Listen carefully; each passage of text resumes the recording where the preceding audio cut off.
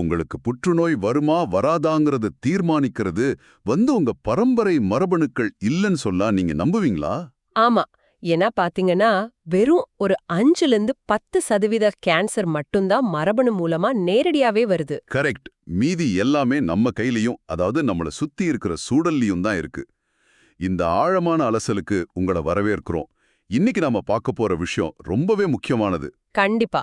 புற்றுநோய் அப்படிங்கிற வார்த்தைய கேட்டாலே நமக்குள்ள ஒரு பெரிய பயம் வந்துரும் இல்லையா? ம், ஆனா பயத்தை விட அறிவே சிறந்த ஆயுதம். உண்மைதான். அதனால தான் 2022ல வெளிவந்த updated understanding of the causes of cancer அப்படிங்கிற ஒரு மிக விரிவான ஆய்வு கட்டுரையை அடிப்படையா வச்சு இன்னைக்கு நாம அலச போறோம். இந்த ரிசர்ச் பேப்பர் கேன்சரை பத்தின பழைய எண்ணங்களை முற்றிலுமா உடைக்குது.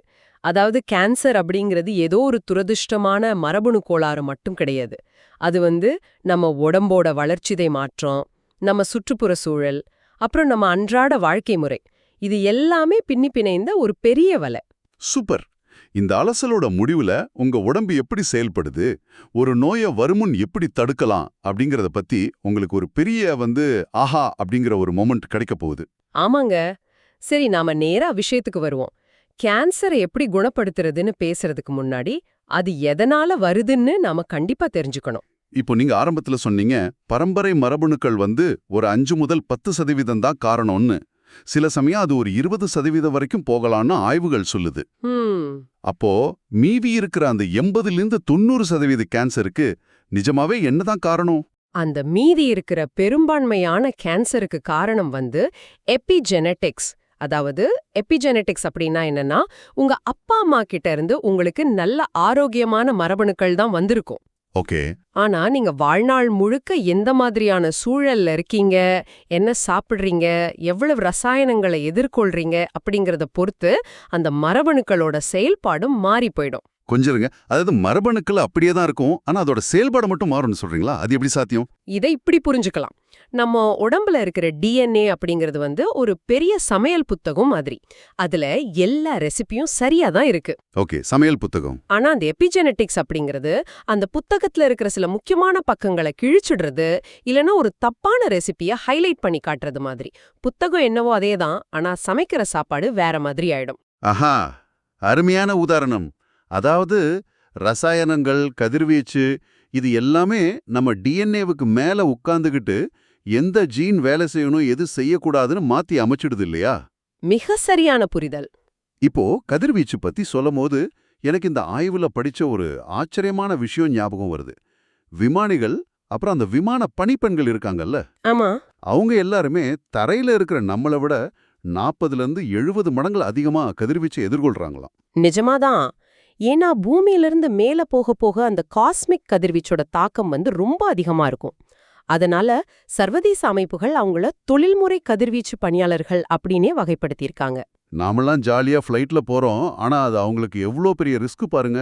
ஆமா, கதிர்வீச்சு செல்களை நேரடியாவே சிதைக்கக்கூடிய ஒரு விஷயம்.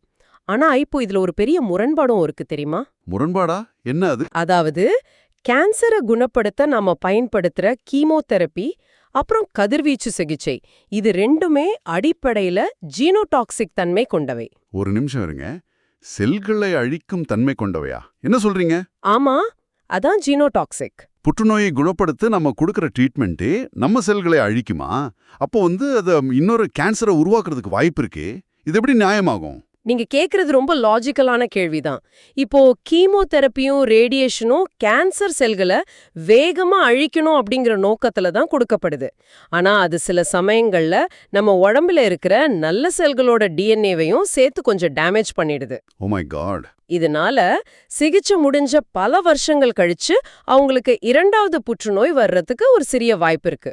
ஆனா மருத்துவர்கள் ஏன் இதை பண்றாங்கன்னா, இப்போ இருக்கிற கேன்சரை உடனே அழிச்சாதான் அந்த நோயாளி உயிர் வாழவே முடியும். ஓ, இப்ப புரியுது. இது ஒரு ரிஸ்க் அண்ட் ரிவார்ட் மாதிரியான விஷயம்தான் இல்லையா? எக்ஸாக்ட்லி. அப்போ கேன்சர் அப்படிங்கிறது கிட்டத்தட்ட ஒரு விதை மாதிரி வச்சுக்கலாம். மரபணு அப்படிங்கிற விதை நம்ம உடம்புக்குள்ள இருந்தாலும், நம்ம வாழ்க்கை முறை, சூழல் அப்படிங்கிற மண்ணு சாதகமா இருந்தா மட்டும்தான் அந்த விதை முளைச்சு கேன்சரா வளரும். சரியா? ரொம்ப அழகான ஒப்பீடு. இதுல இன்னொரு விஷயமும் இருக்கு. மரபணுக்கள் அப்படிங்கிறது தோட்டாக்கள் நிரப்பப்பட்ட ஒரு துப்பாக்கின்னு வச்சுக்கிட்டா அந்த துப்பாக்கியோட ட்ரிகரை அழுத்துறது நம்ம சுற்றுப்புற சூழல் தான். கரெக்ட். உதாரணமா ஆஸ்பெஸ்டாஸ் மாதிரியான ரசாயனங்கள், அப்புறம் புற ஊதா கதிர்கள், இது எல்லாமே நேரடியாகவே நம்ம டிஎன்ஏவை போய் சிதைக்குது. அது மட்டும் இல்லாம சில வைரஸ்கள் கூட இருக்கு. வைரஸ் கூட கேன்சரை உருவாக்குமா? ஆமா, அதாவது ஹெச்பிவி, ஹெப்படைட்டிஸ், அப்புறம் ஹெச் பைலோரி மாதிரியான பாக்டீரியாக்கள் நம்ம உடம்புல ஒரு கிரானிக் இன்ஃப்ளமேஷனை உருவாக்கிடும். கிரானிக் இன்ஃப்ளமேஷன் அப்படின்னா நாள்பட்ட வீக்கம் அல்லது காயம் அப்படிதானே? ஆமா, அந்த நாள்பட்ட வீக்கம்தான் கேன்சர் வரதுக்கான வாசலை திறந்து விட்டுடுது. சரி, வெளியிலிருந்து வர்ற காரணிகள் எப்படி நோயை தூண்டுதுன்னு பார்த்தோம். இப்போ கொஞ்சம் நம்ம டெய்லி லைஃப்குள்ள போவோம். நம்ம அன்றாட வாழ்க்கை முறை எப்படி நம்ம செல்களுக்குள்ள போய் டிஎன்ஏவை உடைக்குது? இதுல முக்கியமா பேச வேண்டியது மது அருந்துற பழக்கம் தான். ஆல்கஹால் லிவருக்கு கெடுதல்னு எல்லாருக்கும் தெரியும். ஆனா அது டிஎன்ஏவை எப்படிங்க பாதிக்குது? நாம் மது அருந்தும்போது அது நம்ம உடம்புல மெட்டபாலிசம் ஆகும்போது அசிட்டால்டிஹைடு அப்படிங்கிற ஒரு கொடிய ரசாயனமா மாறுது. இந்த அசிட்டால்டிஹைடு நேரா நம்ம டிஎன்ஏக்குள்ள போய் மிகப்பெரிய டேமேஜ் பண்ணுது. அறிவியல்ல இத இன்டர்ஸ்ட்ராண்ட் கிராஸ் லிங்கிங் அப்படின்னு சொல்லுவாங்க. ஒரு நிமிஷம், இன்டர்ஸ்ட்ராண்ட் கிராஸ் லிங்கிங், இத கொஞ்சம் நம்ம நேர்களுக்கு புரியுற மாதிரி எளிமையா சொல்ல முடியுமா? கண்டிப்பா. இப்போ நம்ம டிஎன்ஏ பாக்குறதுக்கு ஒரு ஜிப் மாதிரி இருக்கும்னு வச்சுக்கோங்களேன். பேக்ல இருக்கிற ஜிப் மாதிரி. ஆமா, அந்த ஜிப் ரெண்டா பிரிஞ்சு தான் தன்னைத்தானே நகல் எடுத்துக்கும். ஆனா அந்த அசிட்டால்டிஹைடு என்ன பண்ணும்னா அந்த ஜிப்புக்கு நடுவுல ஒரு ஸ்ட்ராங்கான பசை போட்ட மாதிரி 2 இலையும் ஒட்டி வச்சிடும். அட பாவமே. அதனால அந்த டிஎன்ஏவால பிரியவே முடியாது. செல் பிரிதல் தடைப்படும் போது அதுல பெரிய பிழைகள் ஏற்பட்டு அது அப்படியே கேன்சரா மாறிடுது. ஓஹோ, அதனாலதான் மது அருந்தவர்களுக்கு வாய், தொண்டை, குடல், ஏன் மார்பக புற்றுநோய் கூட வர வாய்ப்பு இருக்குன்னு சொல்றாங்களா? இது ரொம்பவே ஷாக்கிங்கா இருக்கு. உண்மைதான். சரி, சாப்பாட பத்தி இந்த ஆய்வுல ஒரு விஷயம் சொல்லியிருக்காங்க. உணவும் மரபணும் மாற்றிகள் அப்படின்னு. அது என்னது? இப்போ நம்ம சாப்பாட்டை ரொம்ப அதிக வெப்பநிலையில வறுக்கும் போதோ இல்ல பேக் செய்யும் போதோ, குறிப்பா அந்த பிரெஞ்ச் ஃப்ரைஸ், சிப்ஸ் மாதிரியான விஷயங்கள்ல ஆக்ரிலமைடு அப்படிங்கிற ஒரு ரசாயனம் உருவாகுது. ஓ, வறுத்த உணவுகள்லையா? ஆமா, இதுவும் அந்த அசிட்டால்டிஹைடு மாதிரி நேரா போய் நம்ம செல்களை சிதைச்சு கேன்சரை தூண்டக்கூடிய ஒரு விஷயம்தான். இதுல எனக்கு ஒரு சந்தேகம் வருது. புகைப்பிடிச்சா நுரையீரல் கேன்சர் வரும்னு நமக்கு லாஜிக்கலா புரியுது. ஆனா நம்ம விரும்பி சாப்பிடுற வறுத்த உணவுகளும் ஏன் மன அழுத்தமும் கூட நம்ம டிஎன்ஏவை நேரடியாக சிதைக்குதுன்னு சொல்றீங்க? ஆமாம், மன அழுத்தங்கிறது ஒரு ஃபீலிங் தானே? ஒரு ஸ்ட்ரெஸ் எப்படிங்க டிஎன்ஏவை உடைக்கும்? அங்கதான் நிறைய பேர் தப்பு பண்றாங்க. மன அழுத்தங்கிறது வெறும் ஃபீலிங் மட்டும் கிடையாது. அது உடம்புல ஏற்படுற ஒரு பயாலஜிக்கல் மாற்றம். உங்களுக்கு நாள்பட்ட மன அழுத்தம் இருக்கும்போது உடம்புல ஸ்ட்ரெஸ் ஹார்மோன்கள் தொடர்ந்து சுரந்துகிட்டே இருக்கும். சரி. இந்த ஹார்மோன்கள் என்ன பண்ணும்னா நம்ம உடம்புல டேமேஜ் ஆன டிஎன்ஏவை சரி செய்யற ரிப்பேர் மெக்கானிசத்தை தடுத்து நிறுத்திடும். அது மட்டும் இல்லாம டெலோமியர்கள் அப்படின்னு ஒன்னு இருக்கு. எலோமியர்கள். ஆமா, இது நம்ம குரோமோசோம்களோட முனைப்பகுதியில இருக்கிற ஒரு கேப் மாதிரி. இப்போ ஷூலேஸோட முனையில ஒரு பிளாஸ்டிக் கவர் இருக்குமே, அது மாதிரி. மன அழுத்தம் அதிகமா இருந்தா இந்த டெலோமியர்கள் ரொம்ப வேகமா சுருங்கிடும். செல் சீக்கிரமாவே வயசாயிடும். ஆஹா, நீங்க டிலோமியர்கள் சுருங்குறத பத்தி சொல்லும்போது எனக்கு ஒரு விஷயம் தோணுது. டிலோமியர்கள் சுருங்குறது அப்படிங்கிறது அடிப்படையில நமக்கு வயசாகுது அப்படிங்கறதோட அறிகுறி தானே? கரெக்ட். அப்போ ஒருத்தருக்கு வயசானாலே அவருக்கு கண்டிப்பா கேன்சர் வந்துருமா? அங்கதான் ஒரு சுவாரஸ்யமான முரண்பாடு இருக்கு.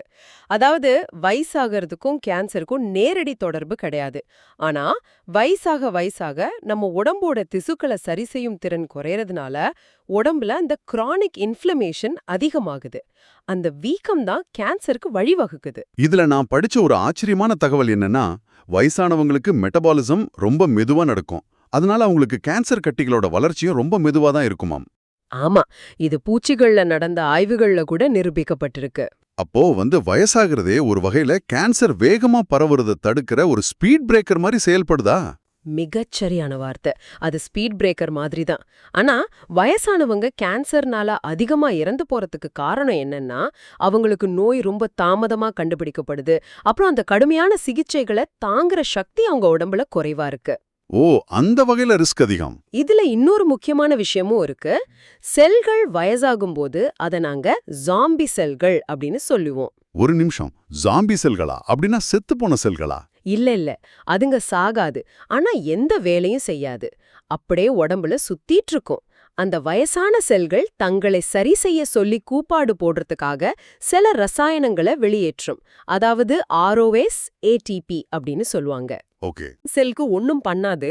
ஆனா பக்கத்துல இருக்கிற நல்ல செல்களுக்கு ஒரு ஆபத்தான சூழலை உருவாக்கி அந்த நல்ல செல்களை கேன்சரா மாத்திரும். அட கடவுளே!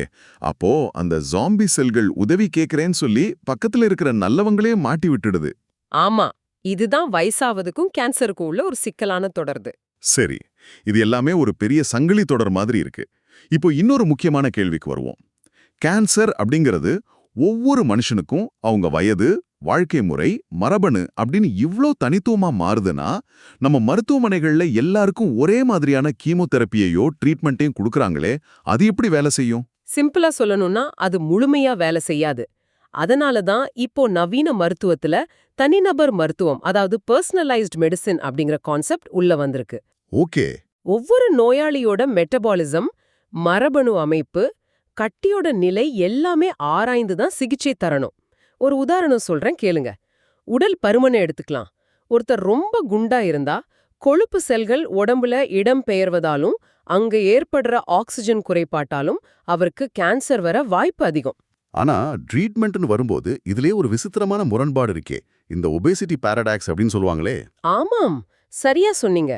கேன்சர் வந்த பிறகு தற்செயலா ரொம்ப வேகமா உடல் எடை குறையிறது ரொம்ப ரொம்ப ஆபத்தானது. ஆனா ட்ரீட்மெண்ட் எடுக்கும்போது கொஞ்சம் அதிக எடையோட இருக்கிற நோயாளிகள் ஒல்லியா இருக்கிறவங்கள விட அதிகமா உயிர் வாழ்றாங்கன்னு ஆய்வுகள் சொல்லுது. ஓ, அது எதனால? ஏன்னா அந்த கடுமையான கீமோதெரப்பியை தாங்கிக் கொள்ள அவங்க உடம்புல போதுமான எனர்ஜி சேமிப்பு, அதாவது ஒரு ரிசர்வ் இருக்கு. அதனால அவங்களால ட்ரீட்மெண்ட்டை நல்லா தாங்க முடியுது. இது ரொம்ப புதுசா இருக்கு. சரி, எனர்ஜி சாப்பாடுன்னு பேசுறதுனால கேக்குறேன். இப்போலாம் கேன்சர் ட்ரீட்மெண்ட்ல விரதம் இருக்கிறத பத்தி நிறைய பேசுறாங்க. விரதம் இருந்தா கேன்சர் குணமாகுமா? நிறைய பேர் அப்படிதான் தப்பா நினைச்சுக்கிட்டு இருக்காங்க. விரதம் கேன்சரை முழுசா குணப்படுத்தாது. ஆனா கீமோதெரப்பி எடுக்கும்போது குறுகிய கால விரதம் இருக்கிறது ஒரு மிகச்சிறந்த சப்போர்ட் சிஸ்டமா வேலை செய்யுது. அது எப்படி வேலை செய்யுது? இது எப்படின்னா, நீங்க விரதம் இருக்கும்போது உங்க உடம்புல இருக்கிற ஆரோக்கியமான செல்கள்லாம் சாப்பாடு இல்லையேன்னு பயந்து போய் ஒரு சர்வைவல் மோடுக்கு மாறி தங்களை தானே பாதுகாக்கிற ஒரு தூக்க நிலைக்கு போயிடும். ஓகே. இதனால கீமோதெரப்பியோட நச்சுகள் அந்த நல்ல செல்களை ஒன்னும் பண்ணாது. அப்போ கேன்சர் செல்கள் தூங்காதா? அங்கேதான் விஷயமே இருக்கு. கேன்சர் செல்கள் ரொம்ப பேராசை பிடிச்சவ. அதுங்களுக்கு தொடர்ந்து எனர்ஜி வேணும், அதனால அதுங்க தூங்காது. அதனால விரதம் இழுக்கும்போது சாப்பாடு கிடைக்காம அந்த கேன்சர் செல்கள் ரொம்ப வீக் ஆயிடும். சரியா அந்த நேரத்துல கீமோதெரப்பி கொடுக்கும்போது அதுங்க ஈஸியா அழிஞ்சிடும். வாவ்! அதாவது விரதம் இருக்கிறது நம்ம நல்ல செல்களுக்கு ஒரு கவசத்தை மாட்டி விடுற மாதிரியும், அதே நேரத்துல கேன்சர் செல்களோட சாப்பாட்டை கட் பண்ணி அதை பட்னி போடுற மாதிரியும் வேலை செய்யுது. இது நிஜமாவே ஒரு அட்டகாசமான உத்தி. கண்டிப்பா. இத கொஞ்சம் பெரிய அளவுல வச்சு பார்த்தோம்னா, இப்ப வர்ற புது ட்ரீட்மெண்ட் எல்லாமே எவ்வளவு துல்லியமா இருக்குன்னு புரியும். மைட்டோகாண்ட்ரியல் ரீப்ரோகிராமிங் அப்படின்னு ஒரு புது சிகிச்சை இருக்கு. அது என்ன ரீப்ரோகிராமிங்? சில கேன்சர் செல்கள் கீமோதெரப்பிலிருந்து தப்பிக்க தங்களோட மெட்டபாலிசத்தை மாத்திக்கும். குறிப்பா குளூட்டமைன் அப்படிங்கிற ஒரு அமினோ அமிலத்தை தான் அதுங்க எரிபொருளா மாத்தி உயிர் வாழும். சரி. இந்த புது ட்ரீட்மெண்ட்ல என்ன பண்றாங்கன்னா, அந்த கேன்சர் செல்கள் எப்போ வீக்கா இருக்கோ, எப்போ இந்த குளூட்டமைனை நம்பி இருக்கோ, சரியா அந்த நேரத்தை கணிச்சு அதோட சப்ளைய கட் பண்ணி தாக்குறாங்க. இது கேட்கறதுக்கு அப்படியே ஒரு கிரில்லா போர் முறை மாதிரி இருக்கே. எதிரி எப்போ வீக்கா இருக்கானோ சரியா பார்த்து அப்போ அட்டாக் பண்றது. அதேதான். அதே போல நோயாளியோட தனிப்பட்ட உடற்கூறுக்கு ஏத்த மாதிரி அவங்களோட நோய் எதிர்ப்பு சக்தியையே கேன்சருக்கு எதிரா திருப்புவதுதான் இப்போ ட்ரெண்ட். இது தவிர கேன்சர் செல்கள் சாகாம தொடர்ந்து பிரியறதுக்கு காரணமான டெலோமரேஸ் என்சைமை முடக்கிற சிகிச்சைகளும் இருக்கு. ஓ, முன்னாடி பேசணும்ல, அந்த டெலோமியர் அதோட என்சைமா இது? ஆமா. ஆனா இதுல ஒரு பெரிய சிக்கலும் இருக்கு. நாம டெலோமரேஸை பிளாக் பண்ணா சில கேன்சர் செல்கள் ரொம்ப புத்திசாலித்தனமா மாற்று வழியில தங்களோட டெலோமியரை நீட்டிச்சு உயிர் வாழ கத்துக்குதுங்க. அடப்பாவமே, அதுங்க அவ்வளவு புத்திசாலியா? ஆமா. அதனாலதான் கேன்சருக்குன்னு ஒரே ஒரு ட்ரீட்மெண்ட் மட்டும் எப்பவுமே செட் ஆகாது. பல உத்திகளை சேர்த்து தான் பயன்படுத்தணும். ஆக மொத்தம் புற்றுநோய் அப்படிங்கிறது வெறும் ஒரு மரபணுக் கோளாறு கிடையாது. அது நம்ம மரபணு, நம்ம உடம்போட வளர்ச்சிதை மாற்றம், நம்ம சுற்றுப்புற சூழல், அப்புறம் நம்ம வாழ்க்கை முறை, இது எல்லாமே சேர்ந்து ஒரு பெரிய கூட்டு விளைவு. எக்ஸாக்ட்லி. அப்போ ஒரு நோயாளியோட பழக்க வழக்கங்கள், அவர் சாப்பிடுற சாப்பாடு, முக்கியமா மன அழுத்தம் இல்லாம இருக்கிறது, இது எல்லாமே மருத்துவமனை ட்ரீட்மெண்ட்டுக்கு இணையான முக்கியத்துவம் வாய்ந்ததுன்னு புரியுது. கேன்சர் வந்தாலே மரணம் அப்படிங்கிற பழைய மாயை இப்போ உடைஞ்சிருக்கும்னு நம்புறேன். கண்டிப்பா. நம்ம வாழ்க்கை முறைய மாத்திக்கிறது மூலமா நம்மளால நிறைய ஆபத்துகளை தடுத்து நிறுத்த முடியும். அதுதான் நம்ம கையில இருக்கிற மிகப்பெரிய சக்தி வாய்ந்த ஆயுதம். சூப்பர். இவ்ளோ நேரம் நாம பேசுனது கேட்டுட்டு இருக்கிற உங்களுக்கு இறுதியா ஒரு சுவாரஸ்யமான, அதே சமயம் உங்களை கொஞ்சம் சிந்திக்க வைக்கக்கூடிய ஒரு விஷயத்த விட்டுட்டு போறோம். சொல்லுங்க. கேன்சர் செல்களை அழிக்க நாம ட்ரீட்மெண்ட் கொடுக்கும்போது அந்த செல்கள் சாகாம தப்பிக்க ஒரு தந்திரம் பண்ணுதுன்னு இந்த ரிசர்ச் பேப்பர்ல சொல்லியிருக்காங்க. அது என்னன்னா, அந்த கேன்சர் செல்கள் தங்களை சுத்தி இருக்கிற மத்த நல்ல செல்கள் கிட்ட இருந்து ஏடிபி எனப்படும் ஆற்றலை நேரடியாவே திருடத் தொடங்குதாம். ஆமா, இது ரொம்ப புதுசான ஒரு கண்டுபிடிப்பு. கேன்சர் செல்கள் இவ்ளோ புத்திசாலித்தனமா தன்னோட பவர் சப்ளையை திருடி மாத்திக்குதுன்னா, அப்போ எதிர்கால மருத்துவம் அப்படிங்கிறது கேன்சரை நேரடியா அழிப்பதை விட அதோட பவர் சப்ளையை எப்படி தந்திரமா கட் பண்றது அப்படிங்கிறதுல தான் ஒழிஞ்சிருக்கும். அருமையான ஒரு கோணம் இது.